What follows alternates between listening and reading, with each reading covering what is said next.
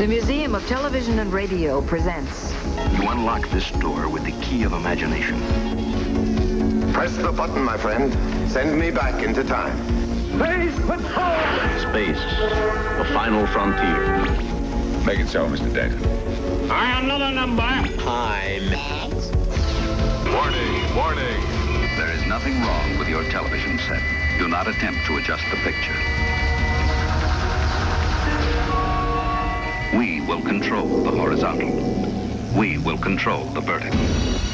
Television, science fiction, and fantasy have been partners for a long time.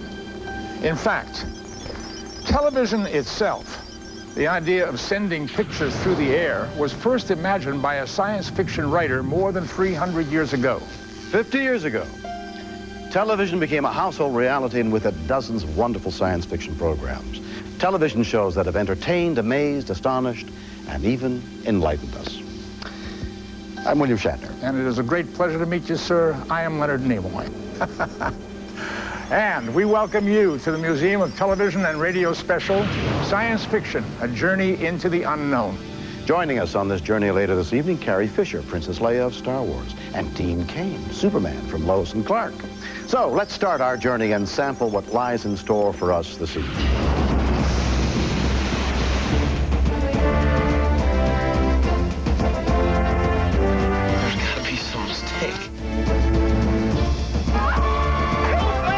Happens to be the Twilight Zone. I will not be pushed, filed, stamped, indexed, briefed, debriefed, or numbered.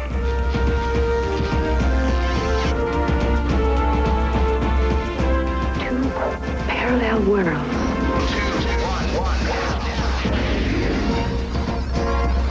You are under arrest. Destroy.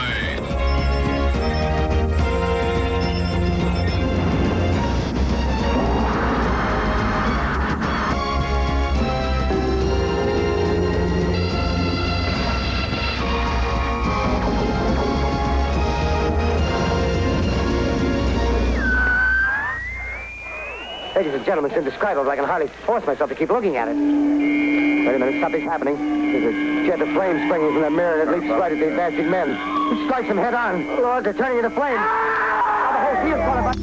The famous 1938 broadcast of Orson Welles' production, War of the Worlds, a program that literally created panic in the streets.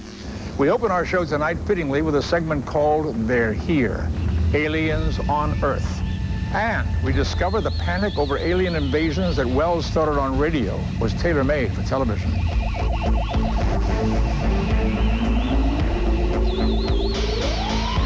Any moment now, something is going to be arriving that is guaranteed to stand your hair on end. You don't think they'll land in broad daylight, do you? Something's happening! Dear God, what is it? Have they landed? They've landed.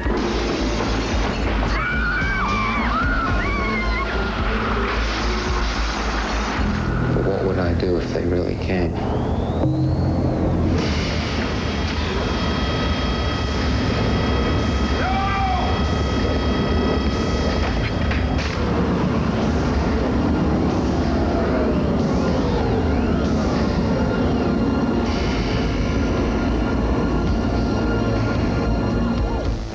In 1963, we saw the first wave of alien invasions seize control of our television sets. You are about to experience the awe and mystery which reaches from the inner mind to the outer limits.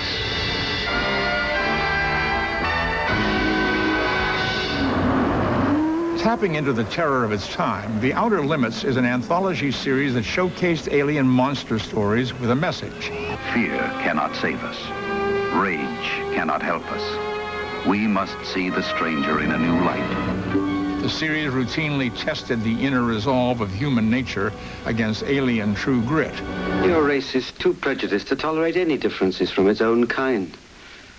She saw me only as a monster.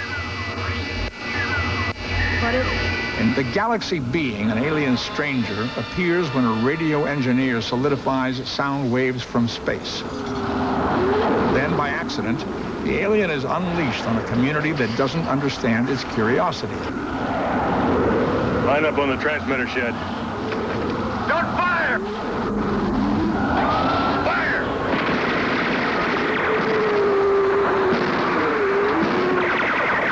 I have told you not to use force. There are powers in the universe beyond anything you know. Each week, the Outer Limits lined up some of the creepiest creatures ever seen on television.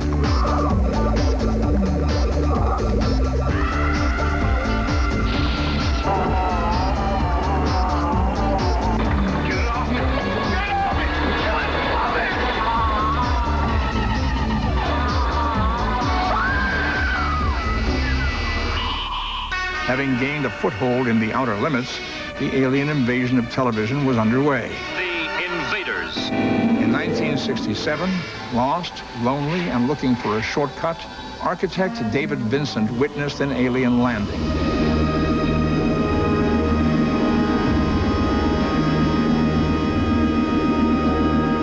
Realizing the importance of appearances, the aliens got smart. This time, they were back on prime time disguised as humans. Well, sort of. There were no doubts the aliens had landed in V, one of the most popular miniseries of all time. V combined a serious political statement with science fiction drama. This time, the aliens not only looked normal, but they were organized. We have come because we need your help. There are certain chemicals and compounds which we must manufacture, which alone can save our struggling civilization. And in return, we will gladly share with you all the fruits of our knowledge. Everywhere around the nation and the world, visitors are keeping order and making friends. V began when I read Sinclair Lewis's novel, It Can't Happen Here, about the rise of fascism in America like it had happened in Germany and Italy. And then it occurred to me that, wait a minute, maybe there was a way to really take the Nazi occupation of Europe and translate it into a situation where we had a whole alien culture coming here ostensibly to be our friends, and then slowly, like the Nazis did, they revealed a different face. They've come to rape our planet and kill us. They are not who they appear to be. This is not science fiction. This is what they are. It's just a trick. We ought to define our overall plan of resistance. Right. I agree with that. Firstly, to undermine all visitor activity. Sure. Impede their progress every way that we can. And then secondly, I think we should find out what their hidden goals are. Where's the chemical you guys are making? There's no chemical. What the hell? You're here to take the water. Eventually, the alien forces would turn back once sympathetic aliens joined the human resistance movement. And for the first time, aliens and humans were fighting on the same side.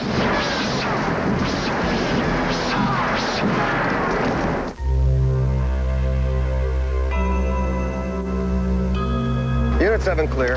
Kind of an alien Cagney and Lacey set in 1995, Alien Nation deals with the inherent problems involved when one society tries to assimilate into another. Oh, they're beautiful. Thank you.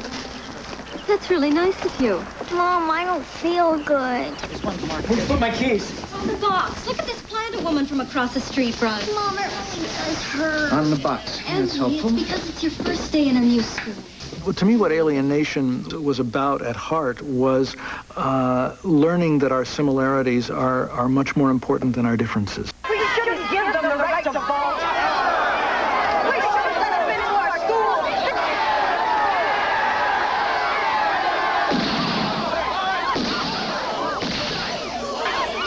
She's not civilized like us.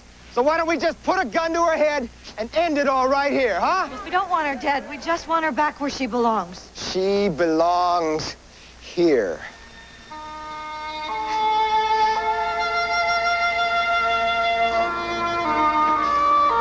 You okay? Good girl. Go in there and show him your stuff. Through the years, aliens have invaded more than just our planet. They've invaded our hearts and minds. Mork.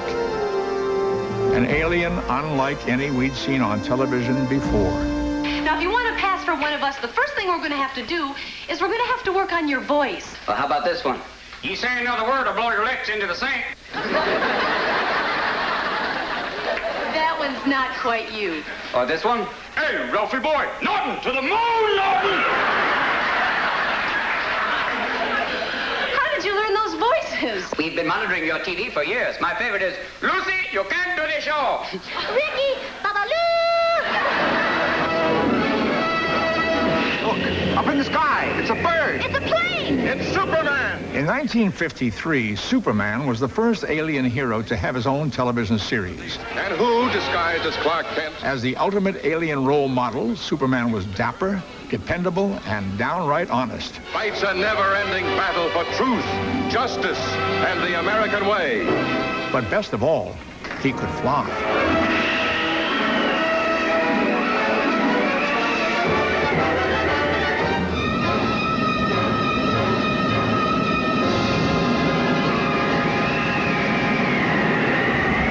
Is that a bird? Is it a plane?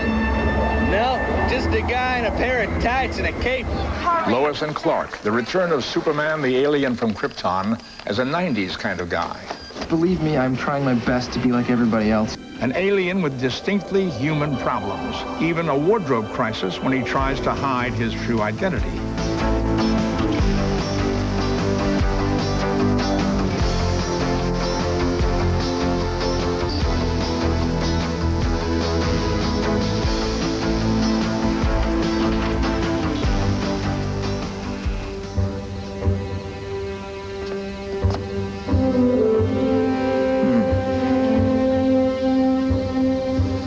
What do you think?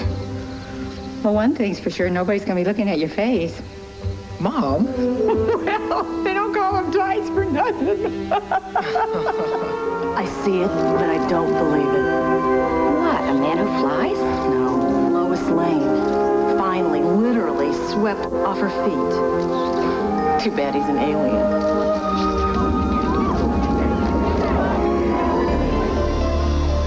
Our relationships with alien characters on television have come a long way from the panic and paranoia that predominated the 60s to our partnership with them in the 90s. We'll be back with more when the Museum of Television and Radio special, Science Fiction, A Journey into the Unknown, continues. Activate the time machine. When we return, time travel. Science fiction on television has long been fascinated by time, and for good reason. Time is our most precious commodity. There never seems to be enough of it. But what if we could stop it?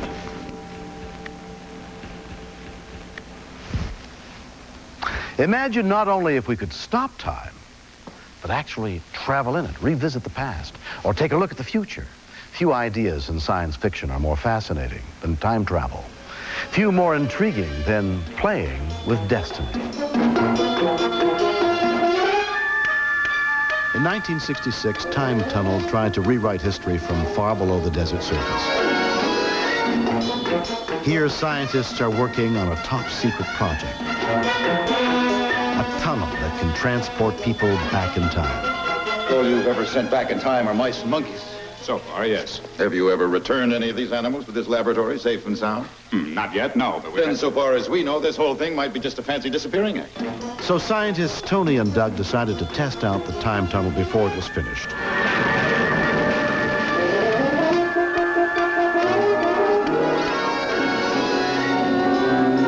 What are you doing here? We're tourists. Just sightseeing. Nobody sightsees inside the Japanese consulate. December 6, 1941. I can see my father again. Find out what did happen to him. Maybe warn him. You wanted to see me? Sir, we know for absolute fact Japan will launch a mass air attack on Pearl Harbor tomorrow morning at 7:55. Well, that's impossible. It couldn't happen.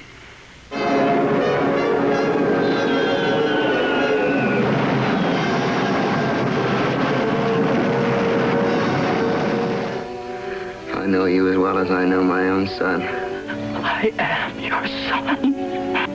It's good to know my little boy will survive.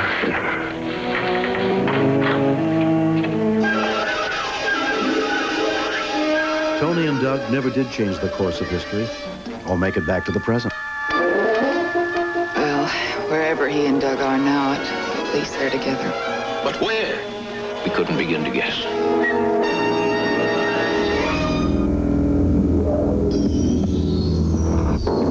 In the new Twilight Zone, a Harvard historian from the year 2117 uses a watch-like computer to travel back in time. His destination is Dallas to observe the assassination of President Kennedy.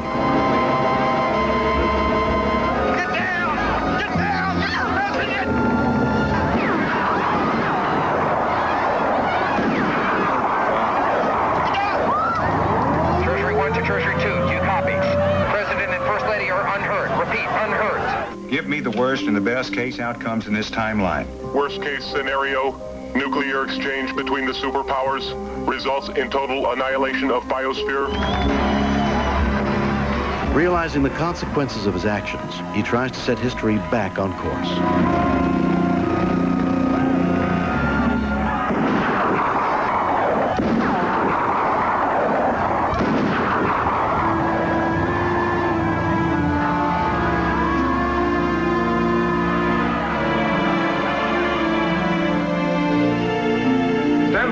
The time machine. One of the first time travelers in television was Captain Zero, who fired up his time machine in 1955 and went back to pick up a despondent Leonardo da Vinci. Life is now short.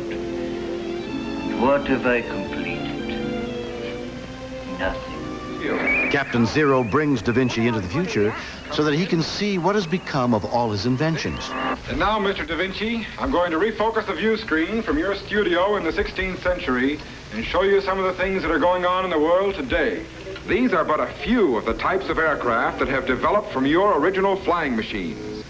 Your life has been most worthwhile, and you still have much to do. Yes, my studies and experiments are certainly not in vain. And thank you, whoever you are, for conducting me through a most fantastic dream. Not even Da Vinci could have imagined what it's like to time travel on television. Press the button, my friend. Send me back into time. Activate the time machine.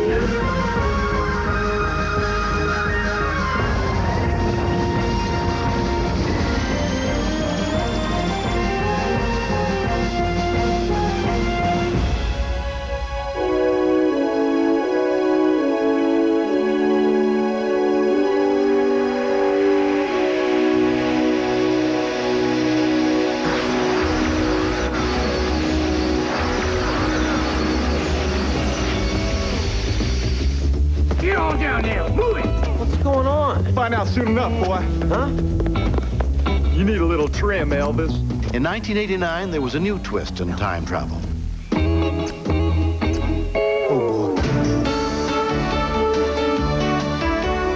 In Quantum Leap, a failed experiment in the future forces physicist Dr. Sam Beckett to leap back not only to another place in time, but into another person's body. Wow. Sam is guided by his friend Al, a hologram projected into the past that only Sam can see and hear. One end of this string represents your birth. The other end, your death. You tie the ends together, and your life is a loop. Ball the loop, and the days of your life touch each other out of sequence. Therefore, leaping from one point in the string to another would move you backward or forward within your own lifetime. Which is our project, Quantum Leap.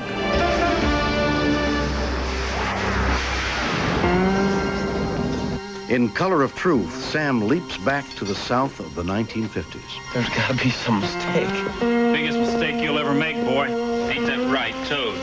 Right as rain, Billy Joe. All right, you two. Why don't you just cut it out? I don't want to spend the afternoon cleaning up blood, do I, Jesse? No, you don't.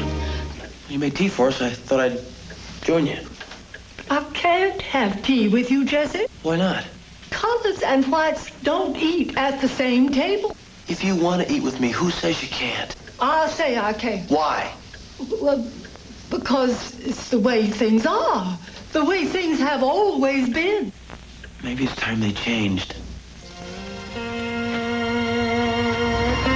Miss Melanie, once you've seen the light, you cannot go back into the darkness. You want to go off and change the world, you're welcome to it.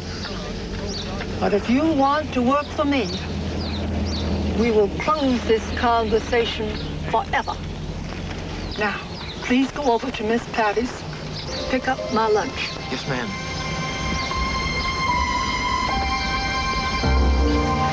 Thank you, Miss Patty. Never mind, Jesse. I decided to eat it here. Good afternoon, Miss Travis. As long as he lives. Oh, Jesse.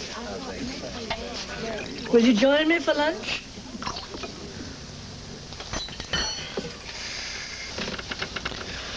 Yes, ma'am, I guess I will.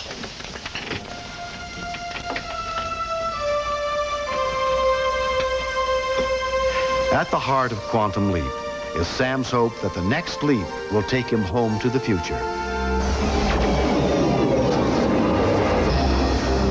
Unfortunately, the closest he comes is leaping into his own past at the age of 16.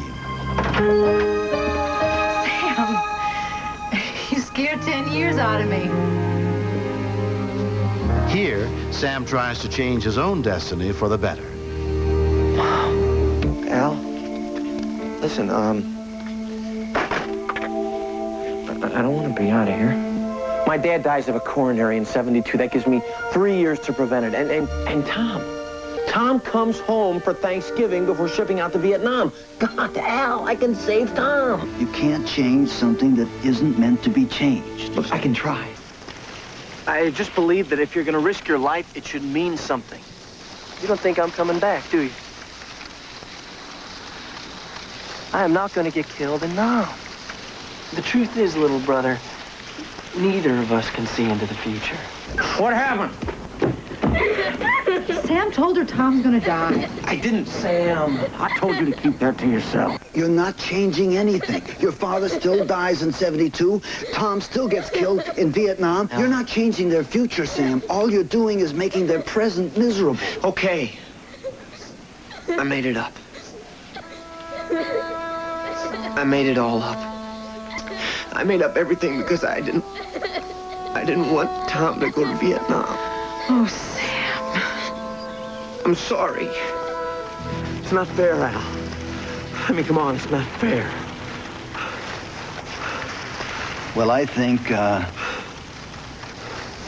it's damn fair. I'd give anything to see my father and my sister for a few days, to be able to talk with them again, laugh with them, tell them how much I love them. I'd give anything to have what you have, Sam. Anything.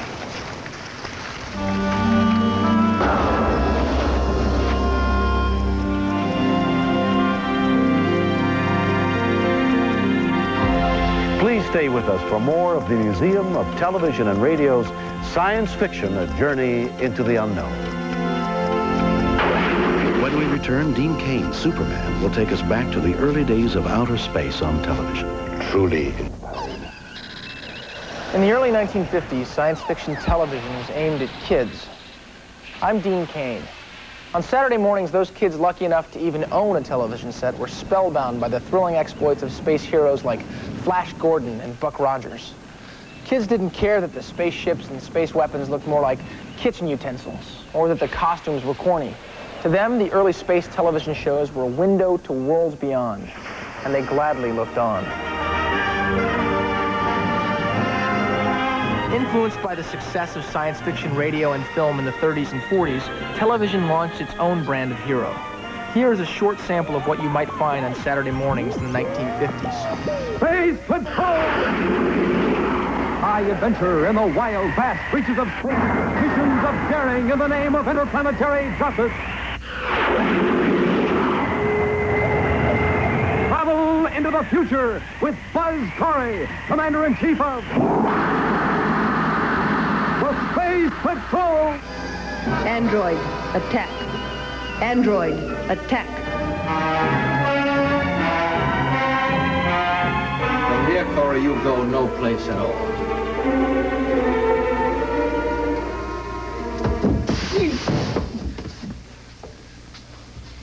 As I said, Corey, from here you go no place at all. Captain Video! Captain Video to Sam Street. Captain Video to Sam Street. I read you, over. Calling Captain Video aboard the Galaxy.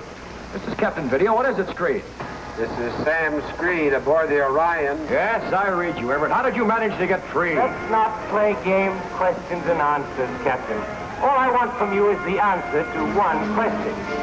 How is Captain Video going to feel when he learns that I, Dr. Foley, his bitterest enemy, has also reached the outer limits? Corbett, Space Cadet. Hi, gang. You know this new rocket scout we're about to speed test is really something. Space Academy, USA, in the year 2354 AD. The world beyond tomorrow. Hiya, Tom. Roger. I didn't know you fellas were aboard this ship. Just having a look around. What are you doing here? Same thing. She's a beautiful ship, isn't she? Sure is. I can hardly wait for the speed trial tomorrow. 3, 2, 1, 0!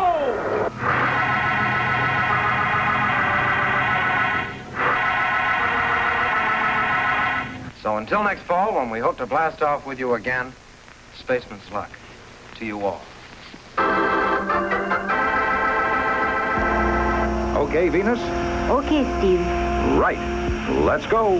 Kids television in the early 60s came with strings attached. Puppets were launched into outer space with the help of a process called super marionation.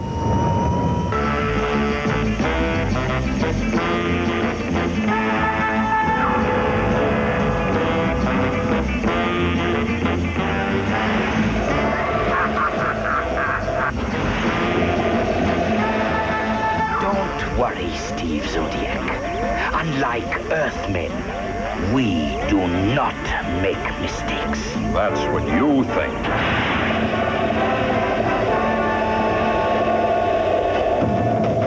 I guess I know now why they call you the greatest astronaut on Space Patrol. I think you're cute, too.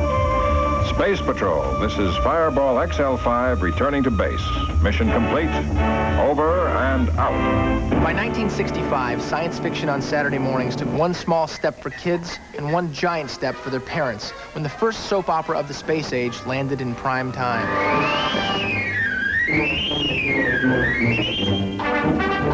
Inspired by the children's classic Swiss Family Robinson, Irwin Allen's first television series became a kind of Space Family Robinson. Truly inspiring. 6, 5, 4. Based on the premise that Earth is too crowded, the family is sent on the first mission to colonize other worlds. Unfortunately, their mission is sabotaged by a stowaway who tampers with the family robot. Hey, what are you doing there? You're not supposed to do that. Destroy.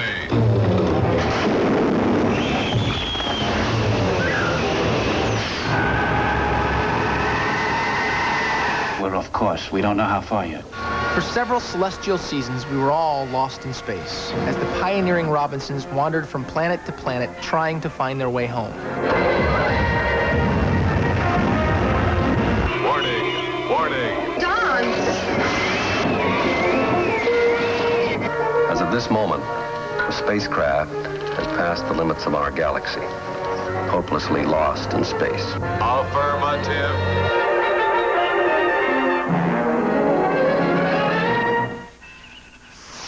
By 1966, if you really wanted to try something different, there was a little-noticed action-adventure space western. One early review in Variety referred to this space western as dreary and confusing, concluding that the show was better suited to Saturday morning. Viewers who tuned in on Thursday nights felt otherwise.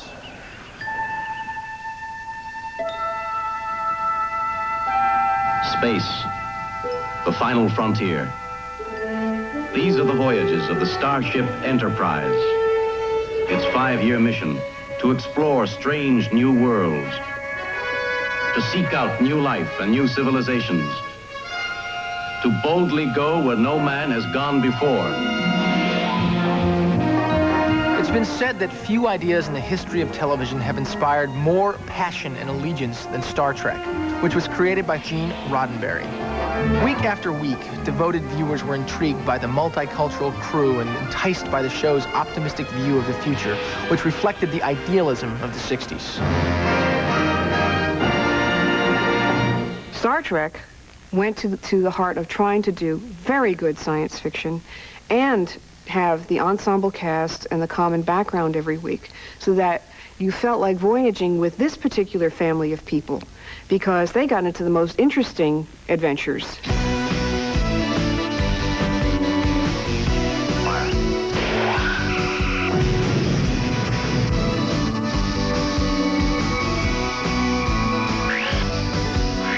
You've got my ship and I want it back. Commanding the USS Enterprise is James T. Kirk, an impetuous guy with guts and compassion. Feel my way. Make absolutely sure. Spock here.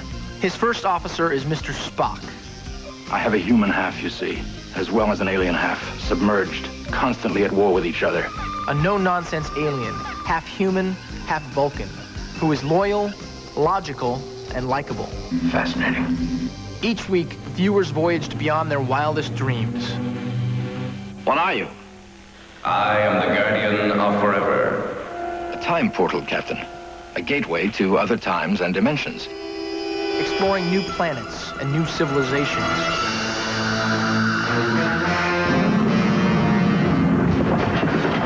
All right, Spock, you have all the answers. What now? Only your tone is increasingly hostile. My tone isn't the only thing that's hostile, Mr. Spock. Curious. Most illogical. And I'm sick and tired of your logic. We could use a little inspiration. But a little less analysis and more action. Get us off, Scott. We should be moving, but we're not. What are you doing? Our boosters. We'll never be able to hold orbit. Would you rather stay here? No, Mr. Spock.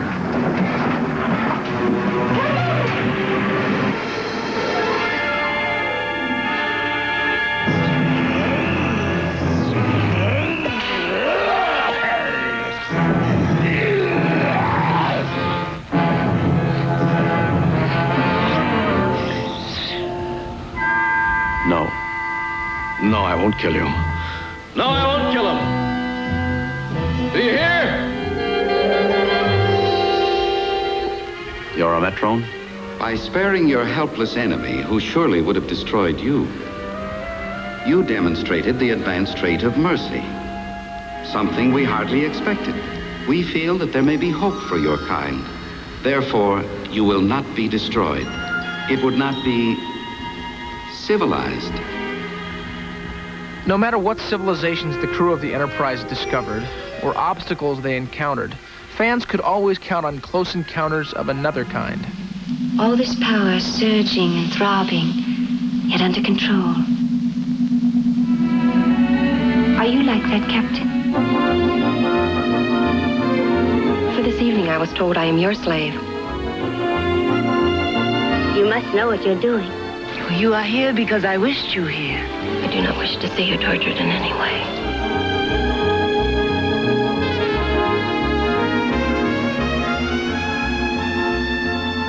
He had one serious love relationship in his life, and that was with Edith Keeler. In a past he couldn't change, so he lost her. In the award-winning episode City on the Edge of Forever, Kirk and Spock travel back in time to Earth in an attempt to put history back on track. We seem to be costumed a little out of step with the time. I'm afraid I'm going to be difficult to explain in any case, Captain. It is here that Kirk falls in love with a woman who must die if history is to resume its natural course. What are your names? Mine's Jim Kirk. His is Spock. I'm Edith Keeler. I find her most uncommon, Mr. Spock. I saw her obituary. Some sort of traffic accident. This is how history went after McCoy changed it. With the A-bomb and with their V-2 rockets to carry them, Germany captured the world. And all this because McCoy came back and somehow kept her from dying in a street accident, as she was meant to. I believe I'm in love with Edith Keeler. Jim, Edith Keeler must die.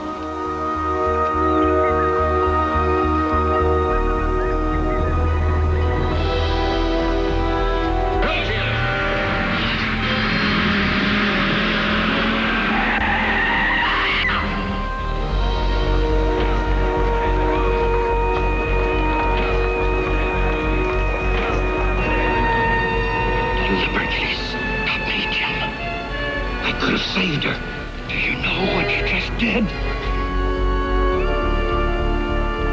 He knows, Doctor.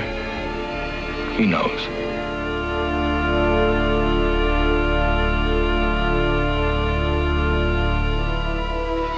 On June 3rd, 1969, Star Trek's original mission ended. Warp 1, Mr. Sulu. Their mission continued in reruns, and soon everybody knew what their devoted fans had known all along. That Star Trek would become the cosmic cornerstone by which all other science fiction shows would be measured.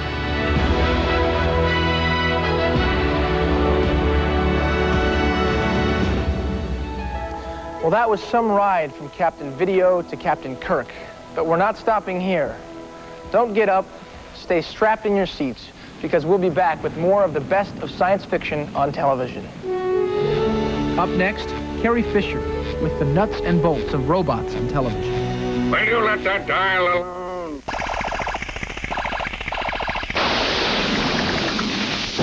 Warning, warning. Robots are not toys for kids. I am the Lost in Space robot. We robots are functional beings capable of independent action. I'm Carrie Fisher. Robots always seem to be stealing the show. My friends from Star Wars, R2-D2 and C-3PO, proved to be among the most memorable characters in the movie. Robots are our creations. When they get out of hand, we can turn them off. Or so we hope. The more I see of people, the less I get used to them. As I was saying before my wavelength was interrupted, will you let that dial alone?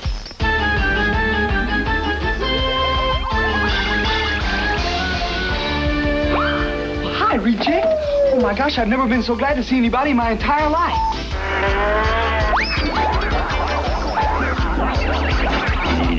I want a vacation. This is a gadget, an automatic man, a very useful experimental machine. What can this machine do? Handle dangerous chemicals, or touch live wires without ever getting hurt. Someday soon, we'll have an automatic man around the house. I am only wires and cold metal parts. The first major robot star in a television series was our friend, the robot, from Lost in Space. You're more than a machine. You're our friend. My computers are deeply affected. Each week, he'd come to the aid of the Robinson family. You sure are acting funny. Warning, immediate danger. What kind of danger? My sensors will not accept the possibility of its existence. Confronting rogues, rascals, even Robbie the Robot, one of the most famous robots of all time. Correction, not robot, robotoid. It is time we talk. In comparison to myself, you are very ignorant. The Robinsons belong to me. I will not give up my family. In a short while, I will be indispensable to them. You are mistaken. Your efforts will be denied by me. You are even more stupid than I first computed. Foolish, sad machine.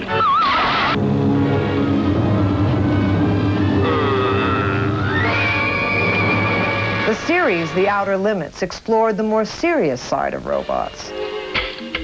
For the first time, television examined the problems that happen when man plays God and invents a living machine. Run, Johnny, run. I'm I'm teaching him to think, to reason, to perform. But he's still a creation, a machine. In this highly acclaimed episode, a robot is falsely accused of turning against its creator and murdering him. Dr. Lake, you should not try to fix things. That is what you have me for. It moves, it talks, it's human. Wait a minute, that's what we need? Counsel for the defense. It'll be the story of the year, the state versus Adam Link. First all-functional robot. Thinks, talks, acts. Accused of murder. Aren't we rushing pell-mell without responsibility towards some dreadful catastrophe? It's an unreasoning piece of destructive machinery and never will be properly mastered. I don't think we should let such a force loose on the earth. The court finds the defendant guilty as charged. The defendant is to be destroyed, then? It is so ordered. There's the wagon.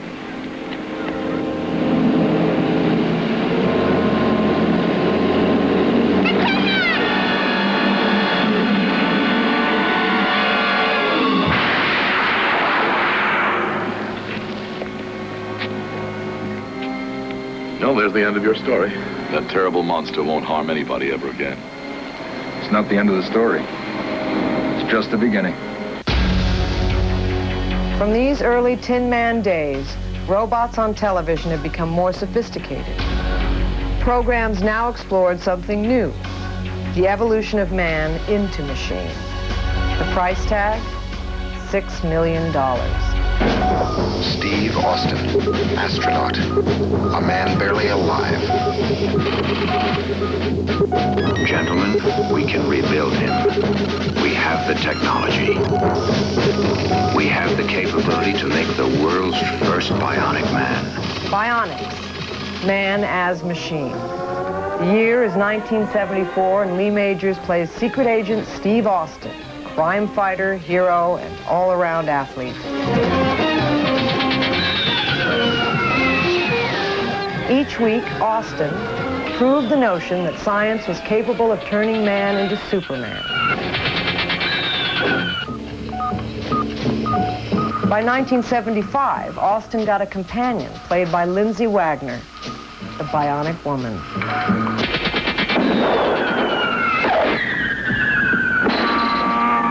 Wow! Bionics took one step further in RoboCop. Hands above your head. You are under arrest. A syndicated television show based on the hit movie. Set in the near future, a fatally wounded policeman is transformed into a virtually indestructible robot whose powers seem unlimited.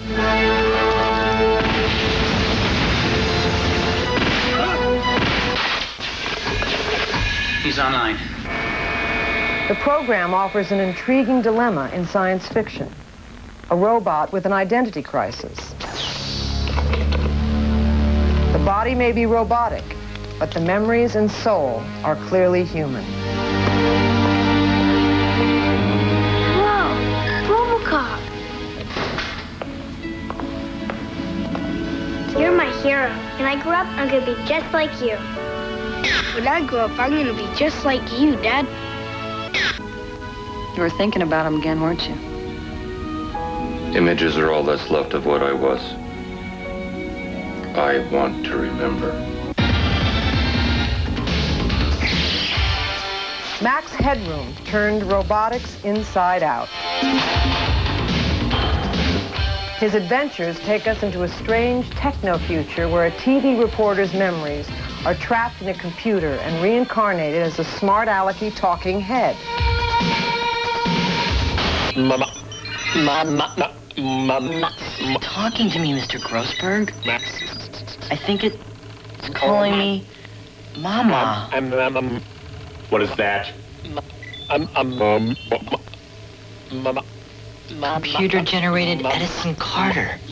For the moment, there's only enough memory buffer to generate his head. Too many coordinates for the rest of his body. But you're looking at the future, Mr. Grossberg. People translated as data. Enter data now. Beyond Max Headroom, Data from Star Trek, The Next Generation. Flesh and bolts, the total, complete, functioning android. A machine with all the right parts except one, emotion. Lieutenant DeSora just gave me what could be considered a very passionate kiss in the torpedo bay. Really?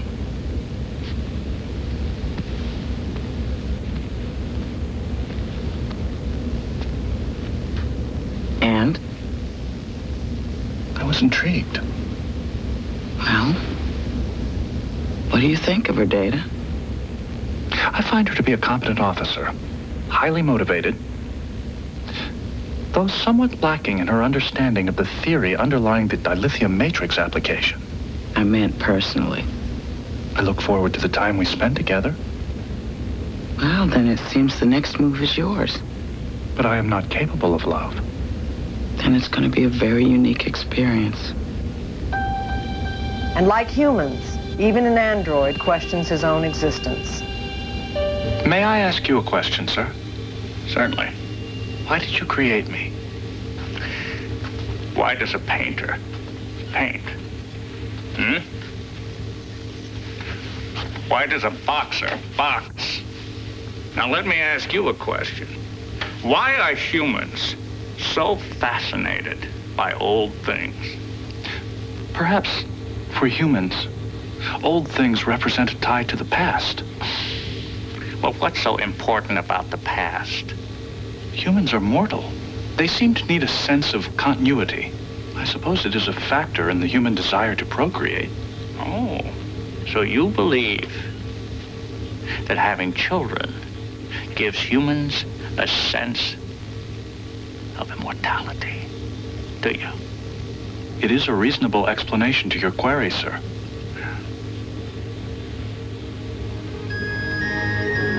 And to yours as well, Data. The evolution of television robots has come full circle.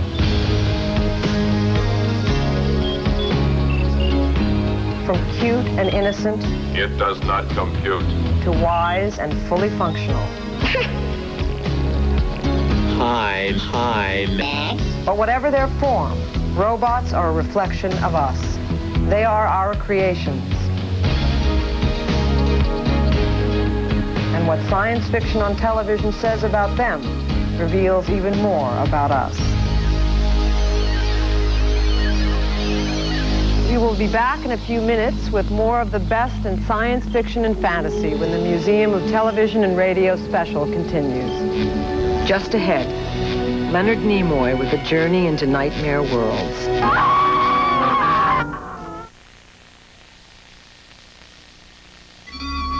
Our excursion continues now with the darker side of science fiction, the world of nightmares. These strange worlds are the stage for two of the most innovative programs ever created, The Twilight Zone and The Prisoner. Rod Serling created The Twilight Zone in 1959, and every Friday night for 5 years we gained entrance into this macabre world. A horrifying place where nightmares lurk behind closed doors. A door that is unlocked with the key of imagination.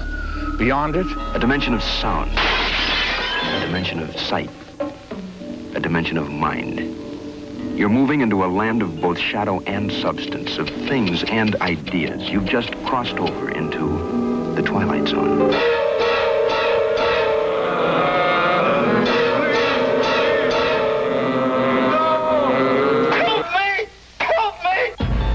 unforgettable images like these were a mainstay on The Twilight Zone. A never-ending stream of imaginative visions and chilling fantasies. Won't somebody take a lamp or a bottle or something and end this? You, Mr. Bemis, are a reader. A reader? A reader. Yes. A reader of books, magazines, periodicals, newspapers. I see you constantly going downstairs into the vault during your lunch hour.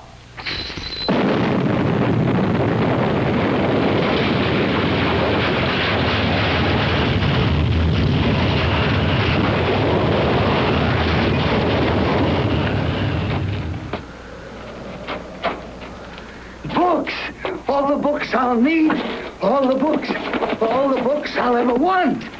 Shelley, Shakespeare, Shaw, all the books I want. Time. There's time enough at last.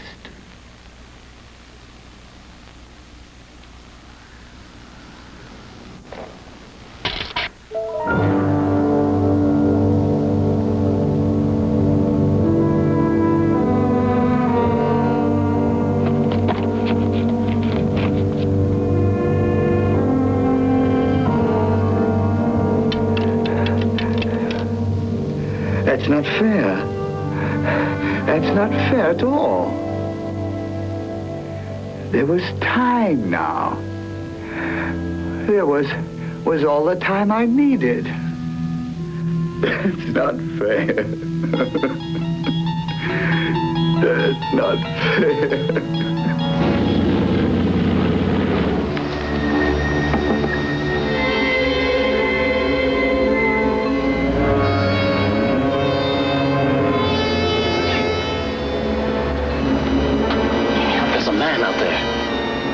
What? Look, he's crawling on...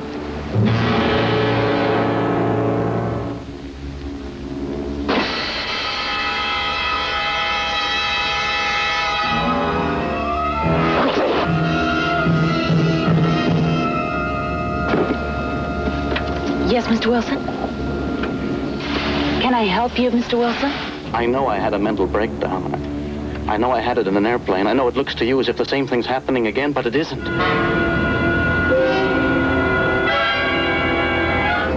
Hurry! Hurry! He's out there! What's going on? He's pulling up one of the cowling plates.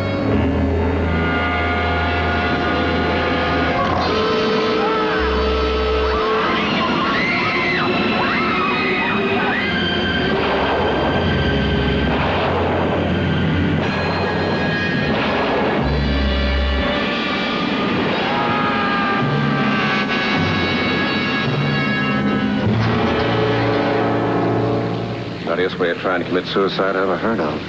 It's all right now, darling. I know.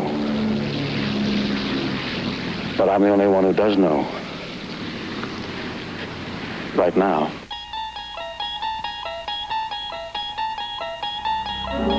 The temperature stood at 110 degrees at 11 o'clock this morning.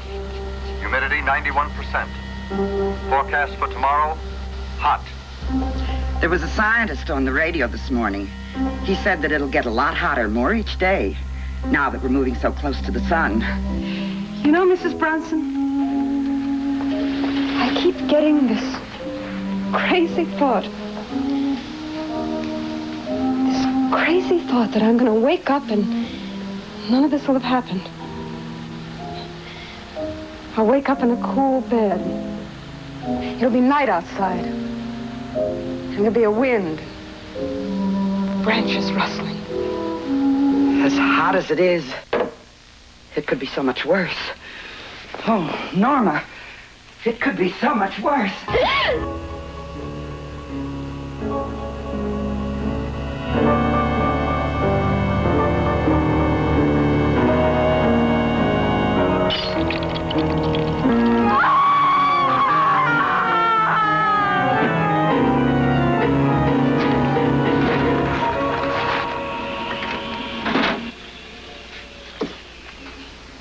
Coming out of it now. Norma. Norma. Yes? You've been running a very high fever, but I think it's broken now. Fever? I wish I had something left to give her, but the medicine's pretty much all gone now.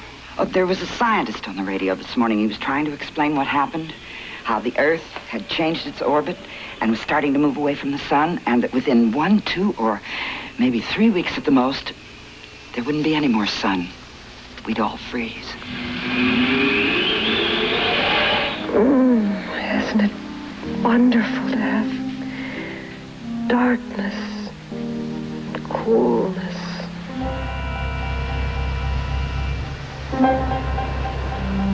Yes, my dear. It's wonderful.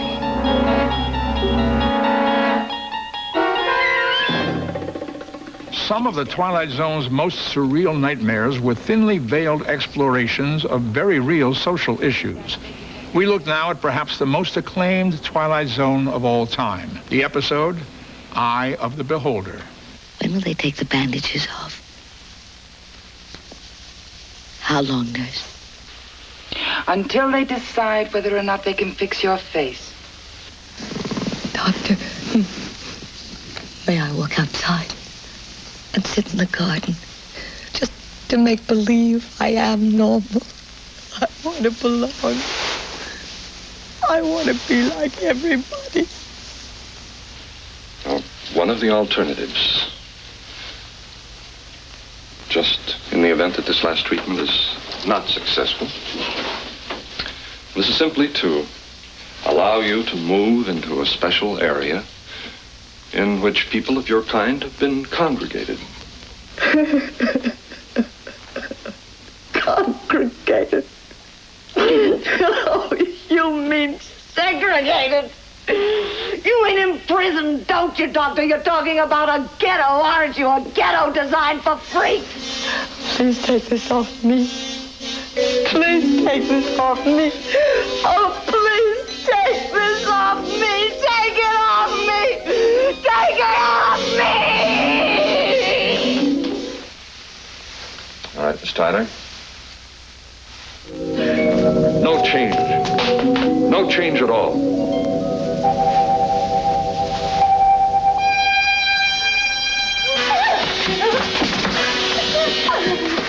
Wait a minute.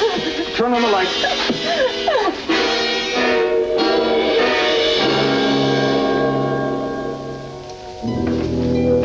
Now the questions that come to mind. What kind of world where ugliness is the norm and beauty the deviation from that norm? You want an answer? The answer is it doesn't make any difference. Because the old saying happens to be true. Beauty is in the eye of the beholder. Lesson to be learned in the Twilight Zone. In 1964, the Twilight Zone door closed for the last time on network television. In 1968, the highly acclaimed series The Prisoner took science fiction again to the cutting edge. Loaded with surreal symbols and props, the program carries a cult status today, undiminished by time. The Prisoner is a bizarre, puzzling, sometimes confusing, always provocative mind trip.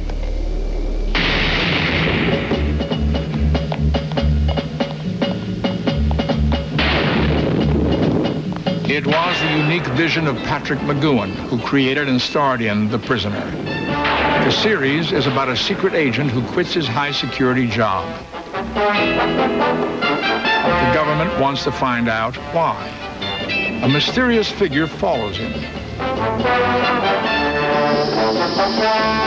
rendering him unconscious.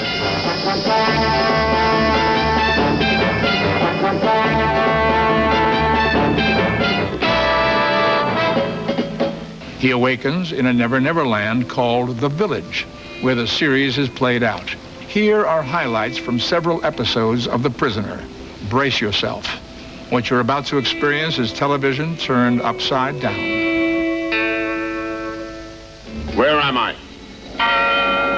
In the village. Good morning, all. It's another beautiful day. Your attention, please. Here are two announcements. Ice cream is now on sale for your enjoyment. The flavor of the day is strawberry. What's it all about? It's a question of your resignation. The information in your head is priceless. A man like you is worth a great deal on the open market. I don't know who you are or who you work for. And I don't care. I'm leaving. Let's make a deal. Tell us what we want to know. This can be a very nice place. I will not make any deals with you. I've resigned. I will not be pushed, filed, stamped, indexed, briefed, debriefed, or numbered. My life is my own. You won't hold me. Number 6, heading for outer zone in our vehicle. Orange alert.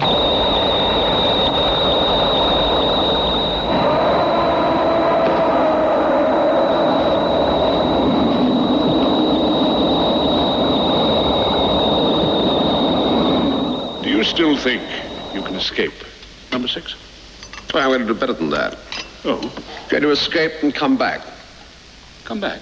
I mean, escape, come back, wipe this place off the face of the earth, obliterate it, and you with it.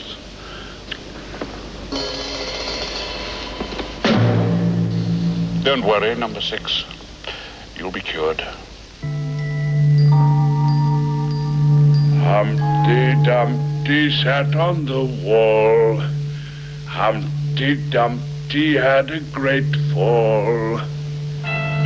All the king's horses and all the king's men couldn't put Humpty together again.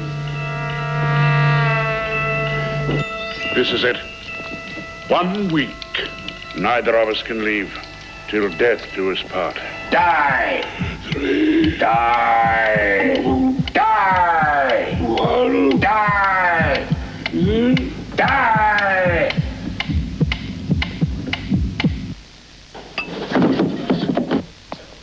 Congratulations.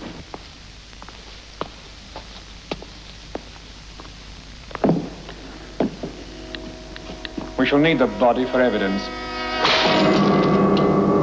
What do you desire? Number 1. I'll take you.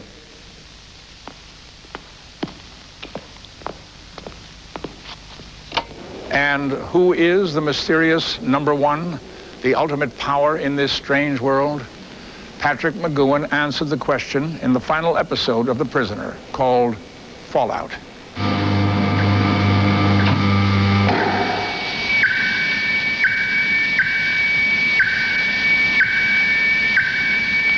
I will not be pushed, filed, stamped, indexed, briefed, debriefed, or numbered. I will not be pushed, filed, stamped, indexed, briefed, debriefed, or numbered. My life is my own. I.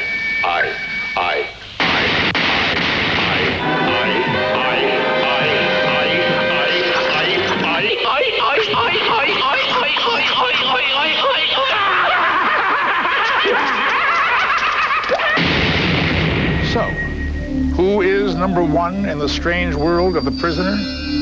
We are. According to Patrick McGoohan's vision, we are the masters of our own fate.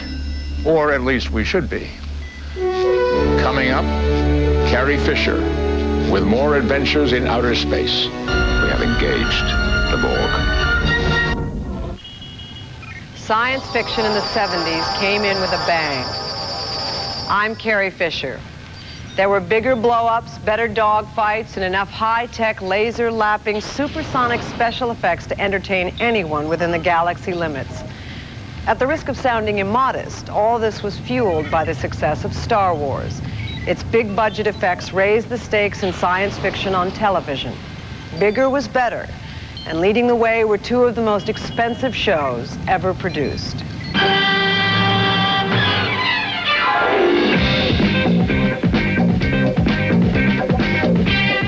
Martin Landau and Barbara Bain went from Mission Impossible to an impossible mission when nuclear waste stored on the moon explodes, tearing them out of the Earth's orbit. If this goes wrong, there won't be anybody to issue a communique.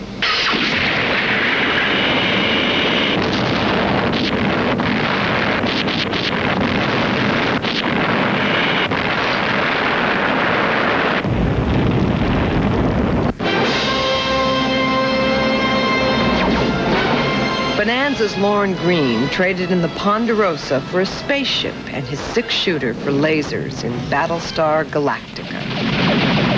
Launch fighters.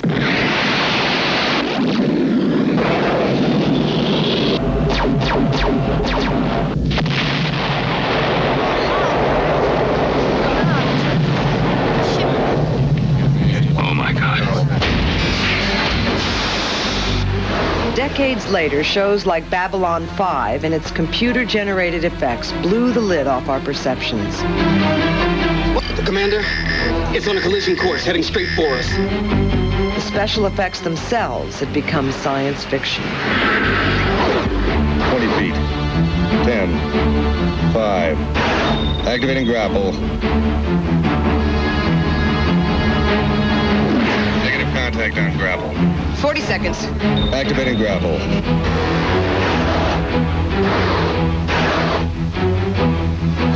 I'm not getting it. 10 seconds. If I don't get it on the next pass, you'll have to destroy it. Understood. Stand by defense grid. Prepare to fire on my mark, not a second before.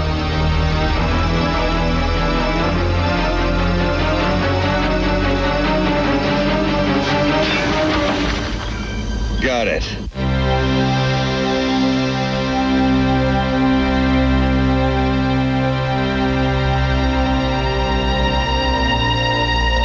Skeptics said there never could be another Star Trek.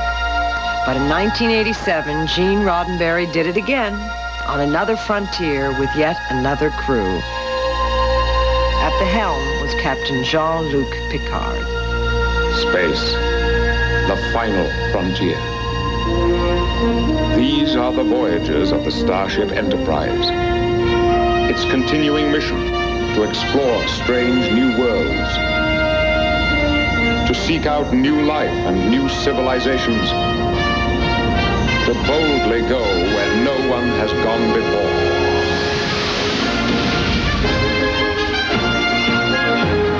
In the 21 years that elapsed since the beginning of Trek Classic and the beginning of Star Trek The Next Generation, Gene Roddenberry had a different take on it, which was that all men are going to be brothers and they won't have arguments and they will all get along just fine, which made the drama and the conflict come in from outside. Mr. Worf, dispatch a subspace message to Admiral Hansen.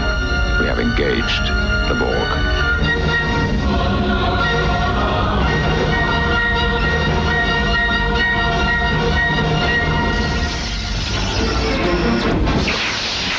No use. They've already adapted to the new frequencies. The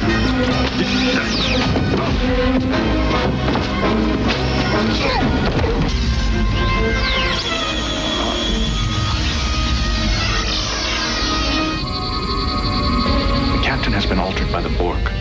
Altered? He is a Borg. This was his crew. He wrote the book on this ship. You must let him go, Riker. It's the only way to beat him. The only way to save him. I am Locutus, a Borg. From this time forward, you will service us. Then take your best shot, Locutus, because we are about to intervene.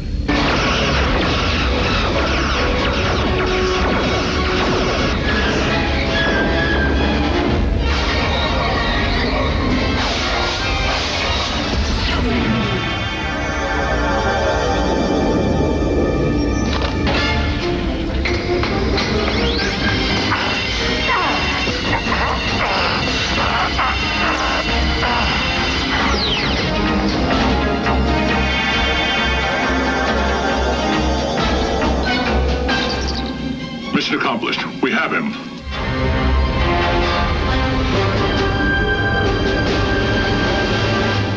How do you feel? Almost human. With just a bit of a headache. How much do you remember? Everything. Television not only allowed us to explore galaxies beyond our reach, it allowed us to explore the inhabitants of those galaxies.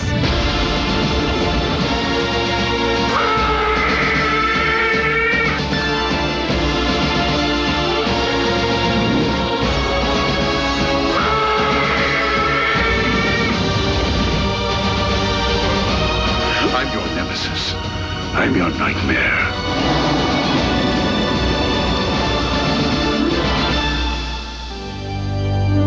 On an outpost at the edge of the final frontier, aliens coexist with Starfleet crew members aboard a giant space station called Deep Space Nine. Its reluctant new commander is Benjamin Sisko.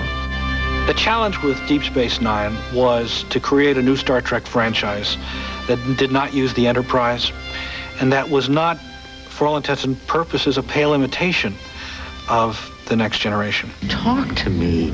I want to help. I'm not just your bartender. I'm your friend. Whatever's wrong, I'm here for you. Hold that thought. We decided that what we wanted to do with Deep Space Nine was to create a group of characters that did not all have the same agenda. I was 12 when I started fighting, but I've heard of some who were even younger than that. Yes, let's get to the real issue. How many Cardassians did you kill? I mean, personally. I didn't keep count. Oh, I think you did. And I'm sure your total wasn't limited to military personnel. After all, the most effective terrorist weapon was random violence. Don't leave now, Major. It's just getting good. How many Cardassian civilians did you kill? Look, I regret a lot of what I had to do. How convenient of you. We had no choice. We were fighting for survival. So were we. We had an empire to protect. We needed your resources. Everything I did was for the greater glory of Cardassia. And if you spineless scum had to be ground under, so much the better. All that mattered was Cardassia. I loved my homeland. That's what justified my actions. That's what gave me strength. Nothing justifies genocide. What you call genocide, I call a day's work. Everywhere you look in Deep Space Nine, there is conflict, and conflict brings with it story. I've got people out there killing people, Major. You suggest I turn a blind eye to that? But they don't have a right to defend themselves? They've crossed the line. Determined to avert a war between a group of colonists and aliens, Sisko must go up against a lifelong friend. I'm glad to see you had no trouble finding us, Ben. It seems that one disaster after another keeps bringing us back together again. Lock on tractor beams. Damn it. Let us go, Ben. You know I can't do that. Then I suggest you duck.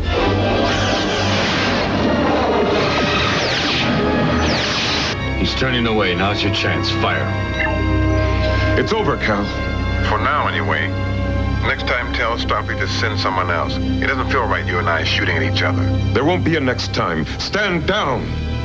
I don't think so, Ben. He's helpless. Finish him. I'm going to miss you, Ben. You've been a good friend. So have you. No!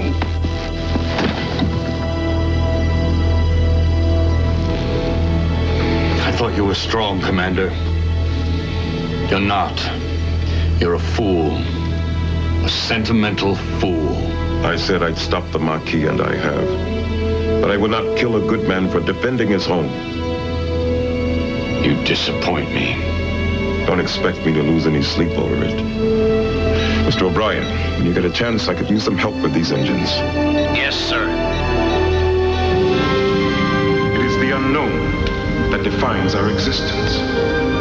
We are constantly searching, not just for answers to our questions, but for new questions. We are explorers.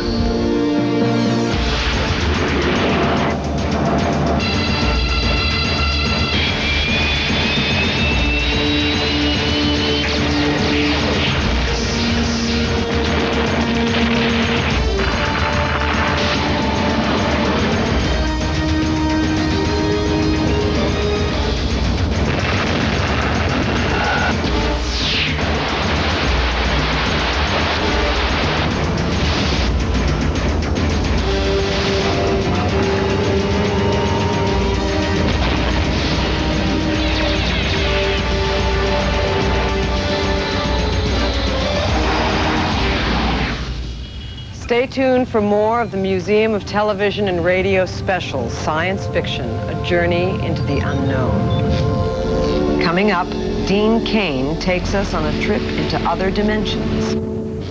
Science fiction on television has always challenged us to consider the fantastic. It always seems to beg the question, what else is out there beyond me? Sometimes the answer is found not in space or time, but in something called other dimensions. Weird places where we can exist in two different worlds, two different planes at the same time. Television has long ventured into these netherworlds with stories that have ranged from comedic to downright terrifying.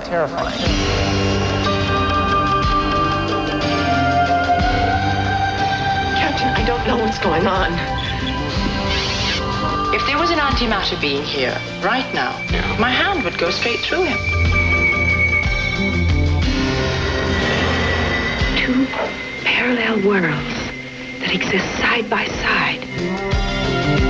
That's a little metaphysical for me.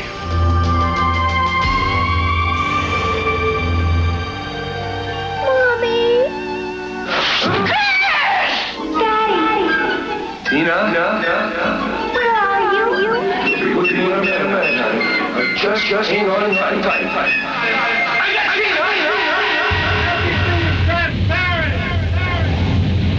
I'm not in either place. Hold on to my hand. One of the earliest programs to explore strange worlds alongside our own was the Roald Dahl series, Way Out. In this episode, an actress enters a new dimension when the death scene she's filming becomes too real. I'm going to rehearse the scene. You must play it as it's written. No. It's no good trying to build out your part, Miss Draco. The scene won't work that way.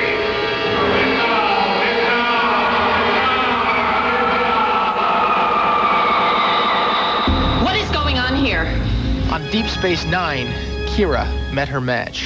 Who are you? I'm Kira Nerys. That makes two of us. Meanwhile, Data dealt with this dilemma. There appears to be three of us. Should I drop the antimatter or wait for one of you? Only one of us is in the correct time continuum. Which one? Me. It's me. 5, 4, 3, 2, 1. In the new Twilight Zone, a couple discovers that time is created by a faceless army of workers whose job is to literally build the future minute by minute. Get down out of my house, you creeps! Get out! Creep! Michael, where is everybody? Hasn't anybody seen this? Hasn't anybody called the police?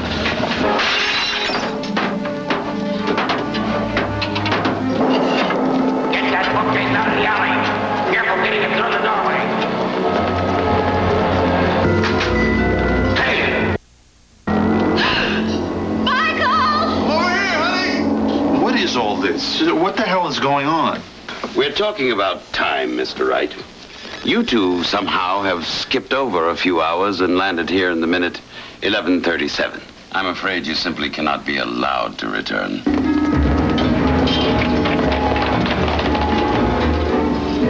Take over there and over there. I'll take Micah's office. Mr. Wright! Mrs. Wright! You must come with me. Now! No. Actual time is almost here. 20 seconds. What's that noise? It's the sound of actual time approaching. 10 seconds. 5, 4, 3, 2, 1. Hey, excuse me. We did it! We're back! In the original Twilight Zone, even a shopping trip to the local department store can take you into another dimension. 9th floor. There must be some mistake. There's nothing here. How about this? $25 even. Going down.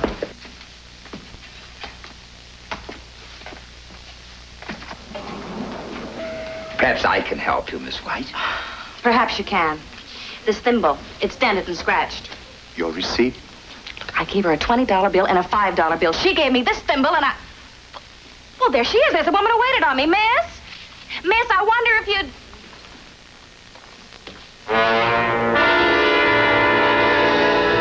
Well, how is she? Oh, she'll be all right, Mr. Armbruster. She was just frightened, that's all. But she's resting now. I think maybe even gone to sleep.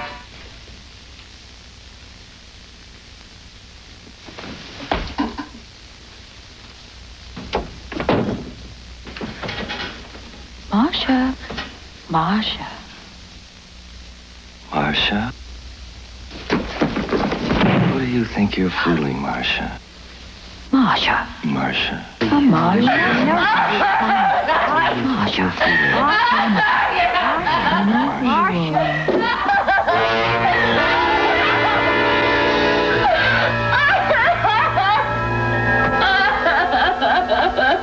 Oh, Marcia, dear. You're acting like a silly child. Remember, coming back now, is it? I'm a mannequin. That's what I am. I'm a mannequin. And it was my turn. Your turn to leave us for a month. It was my turn starting last night. I'm one day delayed already. Of course, I'm sorry. I forgot. When you're on the outside, everything seems so normal. Well, no serious harm done. I'll see you all in a month. Take good care of yourselves. Was it fun? Ever so much fun. Ever so much fun.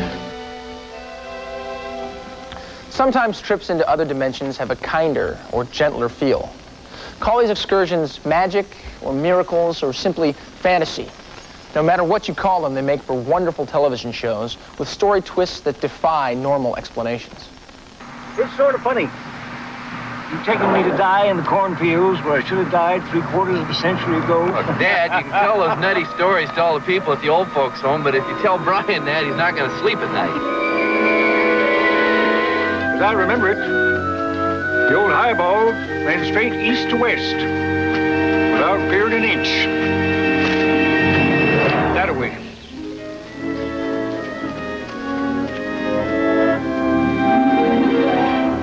Bam! Right to our new house.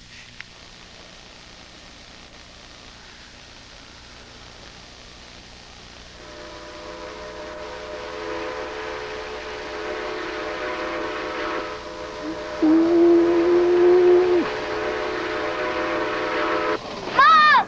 Dad! It's coming!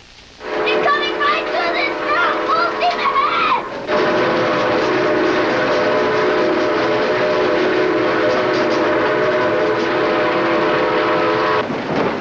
Brian!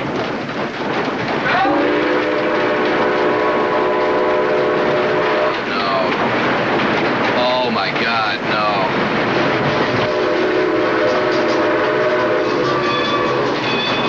Mom! Dad! It's coming! We gotta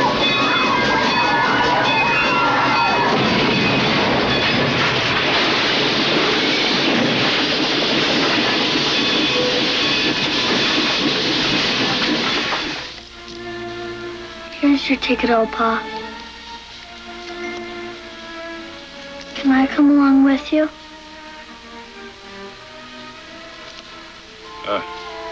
You know that's not right, Brian. You belong here with your mom and dad. I belong on that there train. I am going somewhere.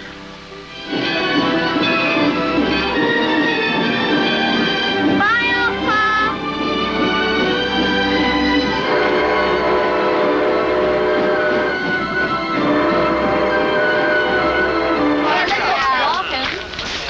Hey, let's see some smoke. A one-time ball player's yearning for a simpler time and a second chance sparks the magic for this episode of the new Twilight Zone. Well, I hear 20 Ed Hamners will get me a Reggie Jackson. Yeah, come on. Good. But that's not even the real surprise. Take a look at this one.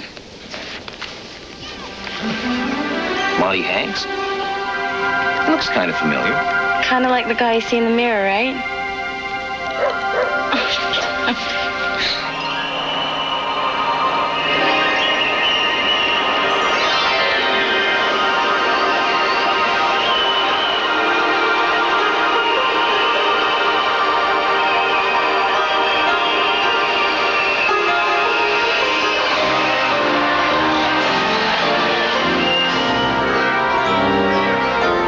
What happened to you? Something wonderful. A busted nose is wonderful. And that's not all. I had 2 stolen bases and a 3-run homer. didn't need this. It's that baseball card. Somehow, it took me back. And this guy, Bonnie Hanks, I'm him. He's me. Oh, there you are. It's an early game today. I didn't want to leave without you. I can't go today. But today's the big one. And I was thinking about 1910. It almost seems like you belong there.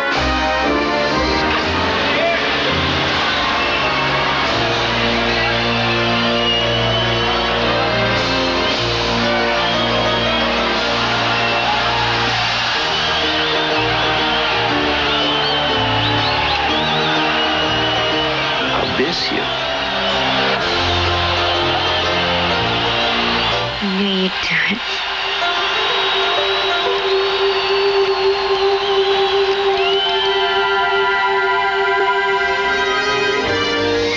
A miraculous fantasy is at the heart of Steven Spielberg's amazing stories.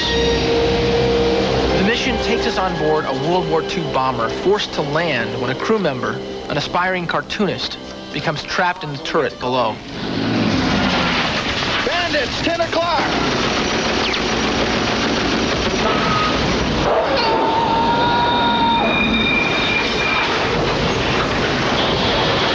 You clobbered him real good, buddy. You sent half of him back to creation. The only problem is you got the other half on top of you like a deadbolt. Now, kid, can you hear me? Yeah?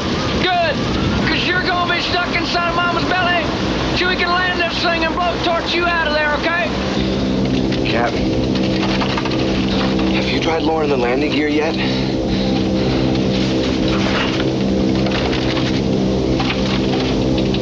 No indication showing, sir. Jonathan, we're in a bit of a pickle, okay? Guess you know that already. I'm not going to die in here. No, sir, I'm not going to do that. No, sir.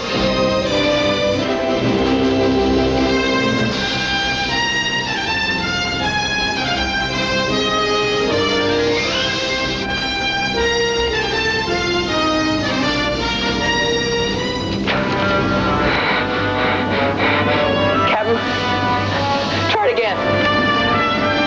The landing gear, sir. Try that landing gear one more time for me.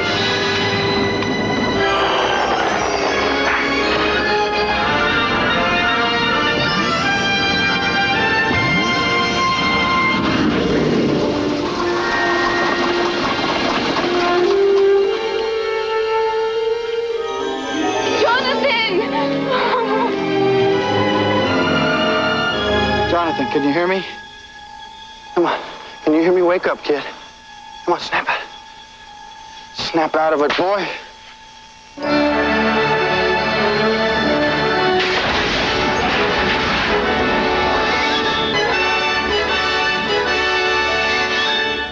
Trips like these into other dimensions are the heart and soul of science fiction. When we come back, our friends William Shatner and Leonard Nimoy will continue our journey.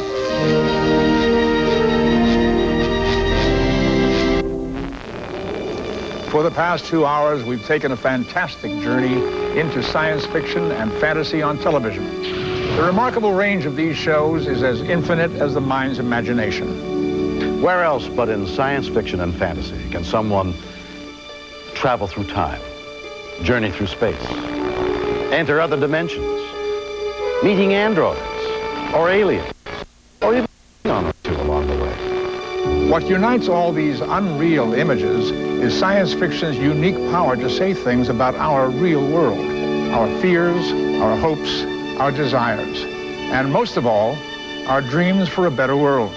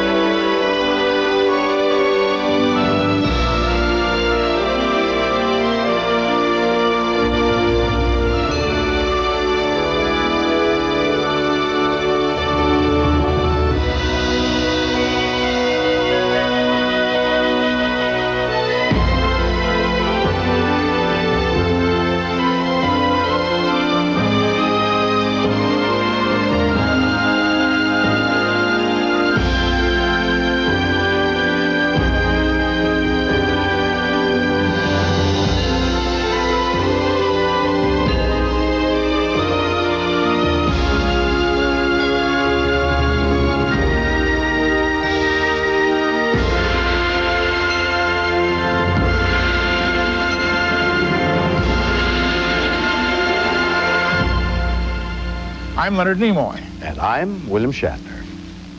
Good night for the Museum of Television and Radio special Science Fiction, A Journey into the Unknown.